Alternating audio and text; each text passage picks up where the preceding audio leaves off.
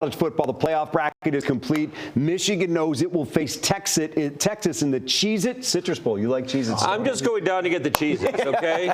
Get to that in a moment. Toasty? Let's start with the teams alive in the national championship chase. Top 4 seeds with first-round byes: Indiana, Ohio State, Georgia, and Texas Tech. First-round games: James Madison at Oregon, Tulane at Ole Miss, Miami at Texas A&M, and Alabama and Oklahoma. Teams that were left out, depending upon how you look at it: Notre Dame, BYU, Texas, Vanderbilt. The Fighting Irish announced they will not accept Boston College. Yes, exactly. Technically, they were left out. Yes, they will not accept any bids. Notre Dame won't after being left out of the field. So, fellas, let's talk about it. Woj, did they get it right?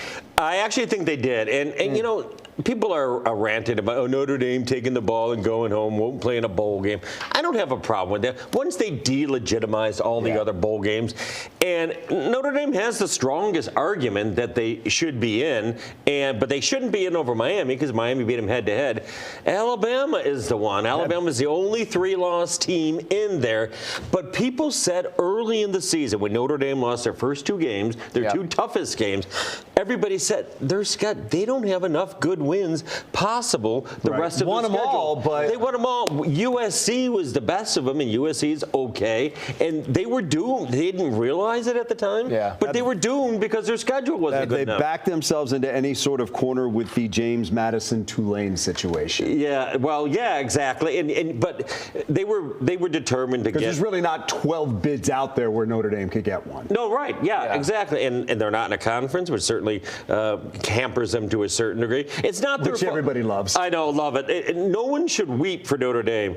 But boy, oh boy, is Notre Dame weeping for itself. Oh, what they call it, a sham or a travesty or something. And the committee does sort of shift its parameters to make for good TV. Yeah, because Notre Dame had been ahead of Miami all that time until one. Yeah, we needed to flip it when BYU lost. But I think it's a fine field. Kind of poetic that Notre Dame lost to the 2 best teams they played, Miami and A&M, who will then play each other in the first round of the playoff. If you couldn't beat those 2 teams, then maybe you don't have a case to be in. But the most disqualifying data point on Notre Dame's resume was playing BC and winning 25-10. If you can only beat Boston College by 15 points, I'm sorry, you're out. You are out. That's what we call a non-quality win. Yes, exactly right. Their strength of disqualifying schedule. Win. Their strength of Alabama's strength. I know they have 3 losses, but their strength of schedule was much stronger. And it comes down to the simple philosophical argument: do you get punished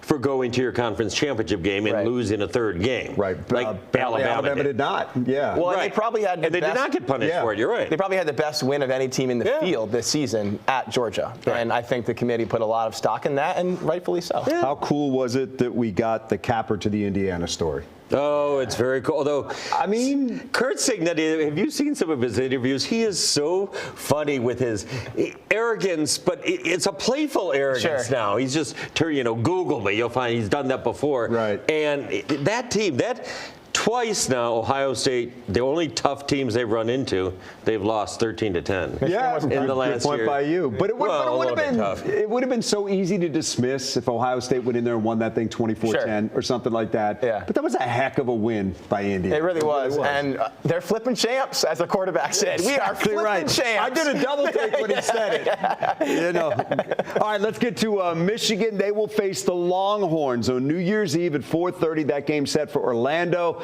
Sharon Moore with another chance to coach his team this year, and he definitely sees the value in playing one more time. For us, it felt like it was important not only for the development of our coaches and our players, but just the development of the program, right? And what you get to do, and it's a reward to be able to go do things like that. It's nice. It's about 20 degrees here too, so going to Orlando will be nice for the week, not only for the coaches families, and the players. So we're really excited about the opportunity that we have to go play in such a high-profile bowl game. It's another opportunity for us to go play football and practice, and we're really excited about it. Woj, did you give any thought to not accepting the bowl bid when Michigan didn't make it? No, that's a good bowl to accept, obviously. Either Michigan or Michigan State's been to Orlando 64 times in the last 27 and years. add in right? Tampa, and it's every single yeah, exactly. year as well. Nice matchup, very nice matchup. 2 3-loss teams. Texas was number 1 at the start of the year if you go way back to the start. And Michigan, a little revenge for last year. Ohio State. Yeah, exactly. It's a good bowl game. It is. It's not the playoff game, and that's what the problem is with the playoffs.